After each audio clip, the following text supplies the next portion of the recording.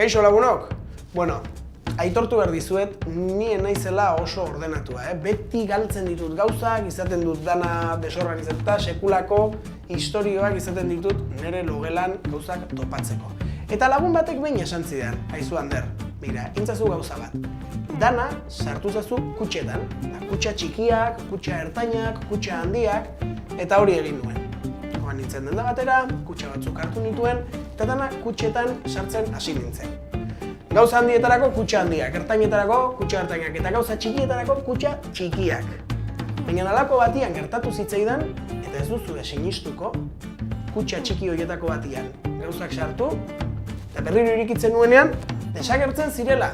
Bai, kutxan sartuak nituen, baina desagertu egiten ziren. Ez didazue sinistuko, ezta? Banekien. Eta horregatik ekarri dut kutxa hori. Zuek ikus dezazuen nola benetan kutxa honetan gauzak sartu eta desagertzen diren. Begira. Galtzen ditudan gauzen artean horrelako USB memoriak daude. Horretarako horrelako kutxatxo bat erosi nuen. Esan bueno, hemen sartzen zaizkit, USB memoriak guztiak eta hementxe sartuko. Eta hori egin nuen, hementxe sartu. Itxi nuen kutxa eta hurrengo egunean, dokumentu garrantzitsu horiek hartu behar nituenean, hartu nuen kutxa, zabaldu nuen, eta etze hon. Jesus. Korrika jo nintzen lagunen gana, aizue, ez duela funtzionatzen, kutxa horiek ez dutela ezertarako balio, gauza galdu egiten ditudala naiz eta kutxetan gorde. Lagunak etorri ziren logelara, iriki zuten kutxa, eta topatu zuten USB-a. Eta ez dakit, zer den, baina nik gordetzen dudanean berriro zabaldu eta desagertzen da. Lagunak etortzen dira, irikitzen dute, eta hor dago. Kutxa honen misterioa ezagutu nahi? Adi datorrenari.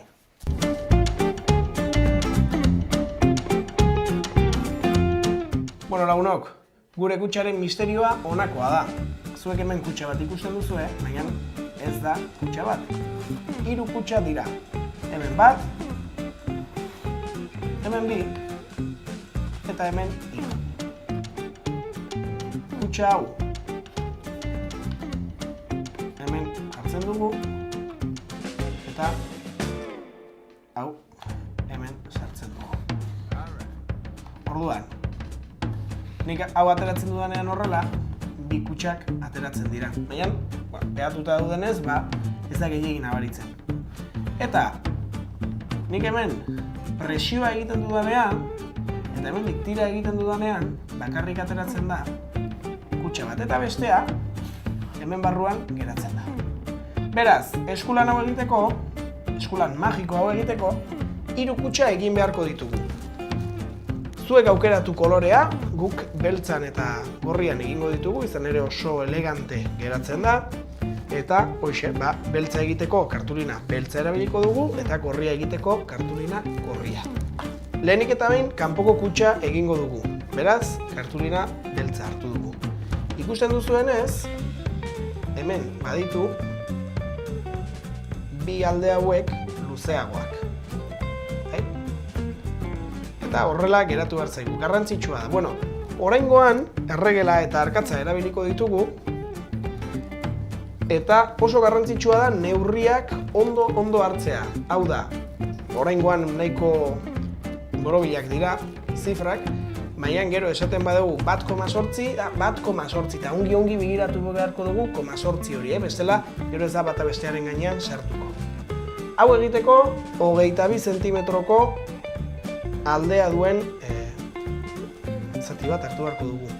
Honetarako, marraztu genezake hemen eta gero moztu, baina ikusirik honek badituela ja ertzak, ertz hauek aprobetxatuko ditugu, eta horrela gero bakarri moztu beharko dugu hemendik eta hemendik. Beraz, esan dugu 22 zentimetro, zeran, hemen ere alik eta zehatzen nahi, izango da. 22, beraz, hemen. 10, eta hemen ere 10.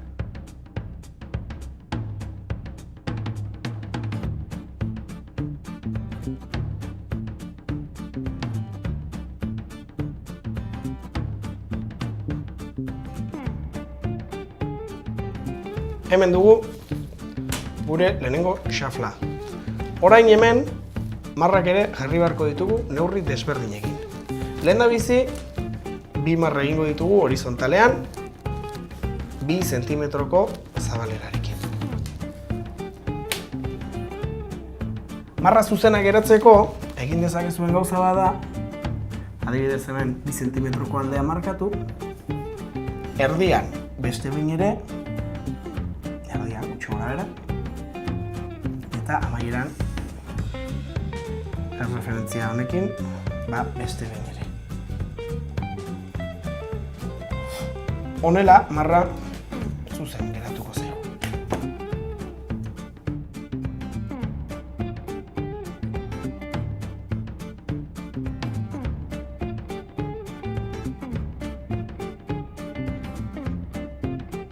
Goiko bi hauek egin ditugunean, orain hemen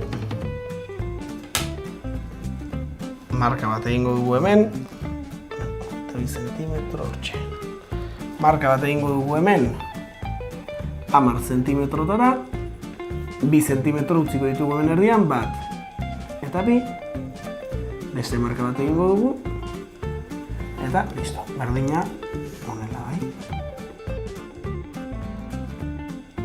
10 eta 12.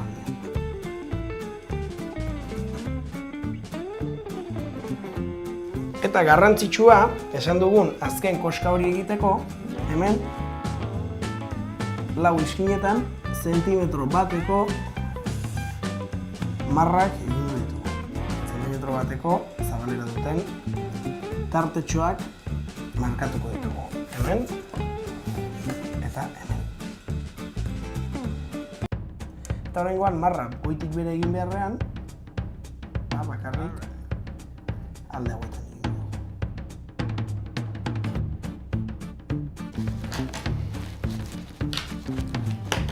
Orain, iskina hauek kendu beharko ditugu.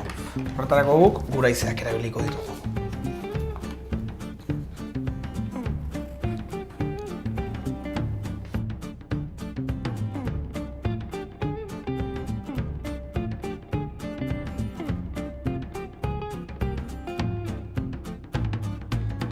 Lau puntak kendu ditugunean, orain, solapa hauek moztu beharko ditugu. Baina kontuz, bakarrik moztu beharko dugu hemendik eta hemendik, gero barruraka tolesteko. Berez, hemendik eta hemendik. Eta gero hemen eta hemen.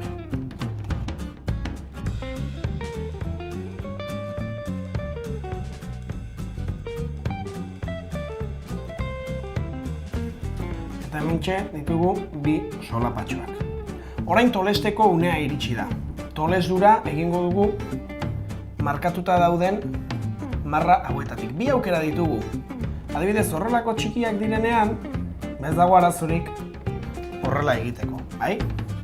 Baina, horrelako marra luzeak direnean, okertuta geratzeko aukera badago, horretarako truko bat erabiliko dugu.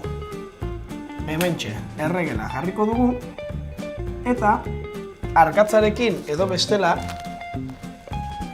horrelako portaminas batekin, minarik ez duena, mina barruraka sartuta duena, egingo duguna, izango da, hau, markatu indarrez. Eta hemen, geratuko zaigu, tolesteko marka moduko bat. Eta ikusi dezakezuenez, errezago tolesten dugu, eta gainera, zuzen tolesten dugu. Beraz, hori da guk egingo duguna.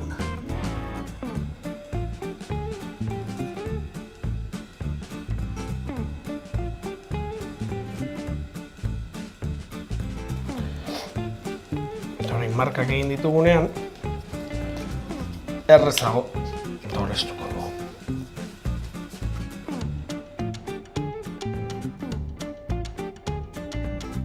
Orain, hau pegatzeko unea iritsi da.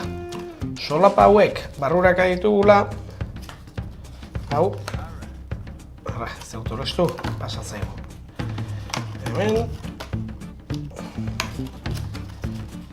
hemen. Orain hau pegatzeko unea iritsi da, ondo itxasteko unea iritsi da. Horretarako, solapa hauekola barrura ditugula, kutxa itxi eta horrela itxatxiko dugu. Edozein kola mota erabili dezakezue. Gure gomendioa, barra kola erabiltzea. Izan ere, azkar lehortzen da, eta ez du asko zikintzen. Hori bai, kola bildurri gabe bota, Ez dadia askatu gure kutxa magikoa trukoa egiten ari garenean, bestela.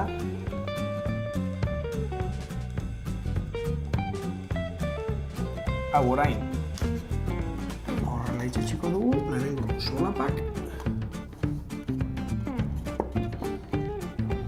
Eta hemen txindeu frontoia. Eta orain, frontoia ez dugu behar, kutxa behar dugu, beraz. Hauek hemen. Eta hau hemen. Eta hemen dugu gure kanpoko kutxa.